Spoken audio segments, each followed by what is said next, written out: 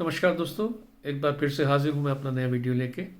और सबसे पहले आप सभी लोगों का धन्यवाद। आपने मेरा वीडियो सब्सक्राइब किया, आपने मेरा वीडियो लाइक किया और इससे मुझे काफ़ी उत्साह मिलता है और मुझे उम्मीद है आगे भी आप ये सपोर्ट करते रहेंगे और ये वीडियो आगे भी जो रेलिवेंट लोग हैं उनको शेयर करते रहेंगे। कुछ चीज़ें हैं जो मैं एडमिट करना चाहता हूँ, जैसे वीडियोस की एडिटिंग हो गई, वीडियोस का ड्यूरेशन हो गया तो कई बार वो लंबा हो जाता है या एडिटिंग ठीक ना हो, उसके लिए मुझे माफ़ी, क्योंकि मैं कोई प्रोफेशनल यूट्यूबर नहीं हूँ। मेरा एक ही मकसद है कि किसी भी विषय पे आप लोगों से उसको मैं साझा करूँ जो मेरे एक्सपीरियंसेस हैं, और अगर आपको अच्छे लगे तो आप अपनी टीम्स के साथ उसको शेयर कर सकते हैं। आज की जो बात मैं कहना चाहता हूँ वो है ऑर्गेनाइजेशनल कल्चर, और ये बड़ा डिबेटेबल और बड़ा कंट्रोवर्शियल इशू है।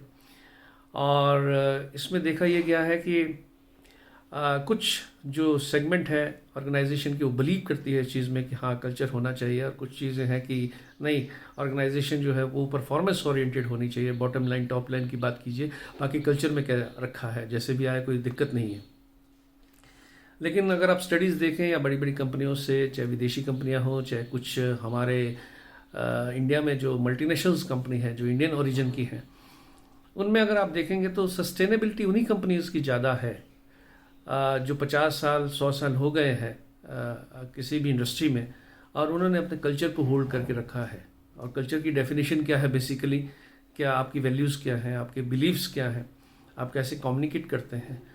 और कल्चर को किसी भी ऑर्गेनाइजेशन में मैंने देखा, काफ़ी ऑर्गेनाइजेशन में एक मान के चला जाता है कि ये एचआर डिपार्टमेंट की धरोहर है, और एचआर डिपार्टमेंट इसमें बहुत मेहनत करता है कि कैसे इसको इनकलकेट किया जाए अपने प्रोफेशनल ट्रेनिंग्स के थ्रू, सिस्टम प्रोसेसेस पॉलिसीज बना के। बट कई बार उनके लिए भी बड़ी टफ टास्क होती है, बिकॉज क्या है कि एक ऑर्गेनाइजेशन में जहाँ 2000 1500 1000 लोग काम कर रहे हैं, तो हर आदमी के अंदर वही चीज़, वही विजन ट्रांसलेट कैसे हो, ये सबसे बड़ा चैलेंज एक ऑर्गेनाइजेशन में रहता है। तो इन्हीं चीज़ों को अगर हम देखें तो मुझे मेरे बॉस ने एक बार कहा था कि हर एक आदमी को के अंदर एचआर ज़रूर होना चाहिए। यानी कि अगर एएसएम है तो वो सेल्स का एएसएम एरिया सेल्स मैनेजर के साथ साथ वो एचआर हेड भी होना चाहिए।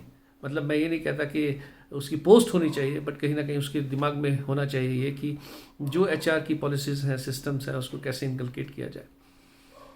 क्योंकि अगर इसको दो भागों में बांटा जाए, एक परफॉर्मेंस ओरिएंटेड जो ऑर्गेनाइजेशंस होती हैं जिसमें कई बार गलती ये होती है कि क्योंकि उसमें वैल्यूज़ एथिक्स को ज़्यादा अहमियत नहीं दी जाती है, सिस्टम प्रोसेसेस को अहमियत नहीं दी जाती, उसमें एक ही है कि कैसे ना कैसे हम अपना टॉप लाइन करें या बॉटम लाइन को इंटैक्ट करें या परफॉर्मेंस करें। तो हर एक आदमी में वही कल्चर इनकलकेट होता है, चाहे वो एसएम लेवल पे हो चाहे एसओ लेवल पे हो।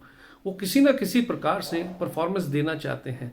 वो ये भूल जाते हैं परफॉर्मेंस देते वक्त कि इसको परफॉर्मेंस लाने के लिए क्या टूल्स इसमें इस्तेमाल हुए, और कई बार गलत टूल्स का इस्तेमाल भी होता है। तो कई बार ऐसा होता है कि जो परफॉर्मेंस ओरिएंटेड लोग जो होते हैं, बड़े जो टास्क ओरिएंटेड होते हैं, वो बड़े शॉर्ट टर्म काम करते हैं, वो मन टू मन चलते हैं। खासकर सेल्स टीम में ये बहुत एक आदत रहती है कि जैसे तैसे हो गया, इस महीने का हमारा वॉल्यूम हो गया, लेकिन अगले महीने क्या करेंगे। क्योंकि कल्चर हमेशा आपको वैल्यू सिस्टम की बात नहीं है। कल्चर जो है ये आपसे उठता है और एंड कंज्यूमर तक जाता है, राइट। आपकी रिलेशनशिप कैसी है वो कोई पार्ट ऑफ कल्चर है, कम्युनिकेट कैसे करते हो कस्टमर से वो भी पार्ट ऑफ कल्चर है। तो इससे एक परसेप्शन जो है वो क्रिएट होती है एंड कंज्यूमर के माइंड में, और जब परसेप्शन जो है वो ट्रस्ट में कन्वर्ट हो जाती है तो नेचुरली बिजनेस आता है। तो कहीं ना कहीं ये लिंकेज है कल्चर के साथ, जिसको हम एक बड़ा छोटी चीज़ ले लेते हैं कि कल्चर का सिर्फ कन्फाइंड टू ऑर्गेनाइजेशन ही है, नहीं, इसका प्रभाव बाहर भी पड़ता है। आप जिस भी बड़ी ऑर्गेनाइजेशन के साथ जब काम किए होंगे, जब भी वो आपसे पूछते हैं आप किस ऑर्गेनाइजेशन में है, तो से आई एम जस्ट सेइंग कि I am from Tatas, I am from Birlas और वॉट एवर इट इज़। सो एक विदाउट सेइंग एक परसेप्शन बन जाती है उस कस्टमर के दिमाग में, और आपको वो वैसे ही बिहेव करने लगता है आपके। लेकिन आपके हाथ में भी, चाहे आप किसी भी हायरार्की में कोई भी रोल कर रहे हो, कोई भी पोस्ट पे हो, आपका एक बड़ी जिम्मेदारी है कि इस धरोहर को, जो कल्चर है ऑर्गेनाइजेशन का, इसको बरकरार रखें, अपनी टीम में इनकलकेट करें, इसकी बेशक ट्रेनिंग दें, क्योंकि इसकी लिंकेज जो है वो हमारी कस्टमर के साथ है, कंज्यूमर के साथ है। तो ये बड़ा इंपॉर्टेंट है, आपको और भी आसान हो जाएगा। हम हमेशा टेक्निकली साइंटिफिक टूल्स इस्तेमाल करने की एक फिराक में रहते हैं, तरह तरह की प्रेजेंटेशंस देते हैं, लेकिन वो प्रेजेंटेशंस या टेक्निकल टूल धरे रह जाते हैं अगर आदमी को ये नहीं पता कि कैसे बिहेव करना है मार्केट में, कैसे बात करनी है, कैसे अपनी वैल्यूज़ इंटीग्रिटी को संभाल के रखना है, कैसे कमिटमेंट करना है, जो कमिटमेंट किया है मार्केट में वो कैसे उसको निभाना है। ये एक पार्ट ऑफ कल्चर ही है। और यही कई बार आपको ऐसा लगता है कि मार्केट में प्रॉब्लम है, मार्केट की प्रॉब्लम तो अलग चीज़ है, लेकिन कई बार हमारे अंदर में इतनी ज़्यादा प्रॉब्लम होती है कि हम सारा का सारा इंट्रोस्पेक्ट करने के बजाय सारा का सारा दोष जो है वो मार्केट पे दे देते हैं।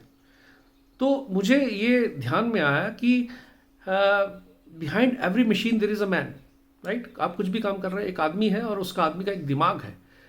तो दिमाग को कैसे इस्तेमाल करना है और उसमें क्या फीडबैक भरा गया है, चाहे वो एचआर द्वारा भरा गया है, चाहे उसका इमीडिएट बॉस द्वारा भरा गया है, वो वैसे ही काम करेगा।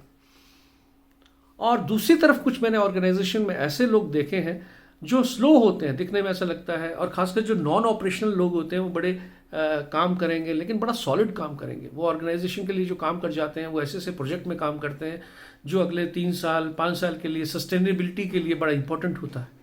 और ऑर्गेनाइजेशंस को लंबा चलना है।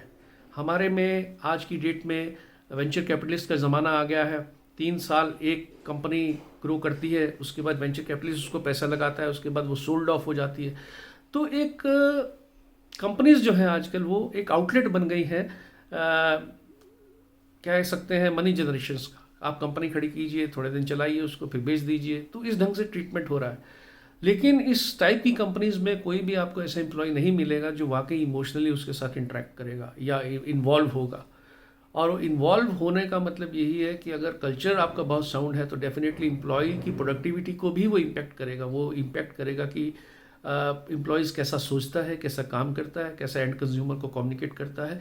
और I think that helps in increasing the productivity of a people. तो culture of any organization is very important, जिसको बड़ा एक छोटे लेवल पे देखा जाता है।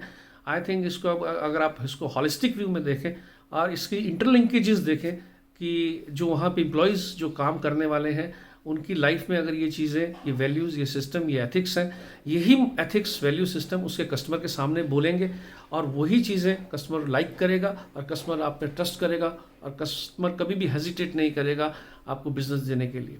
Thank you very much.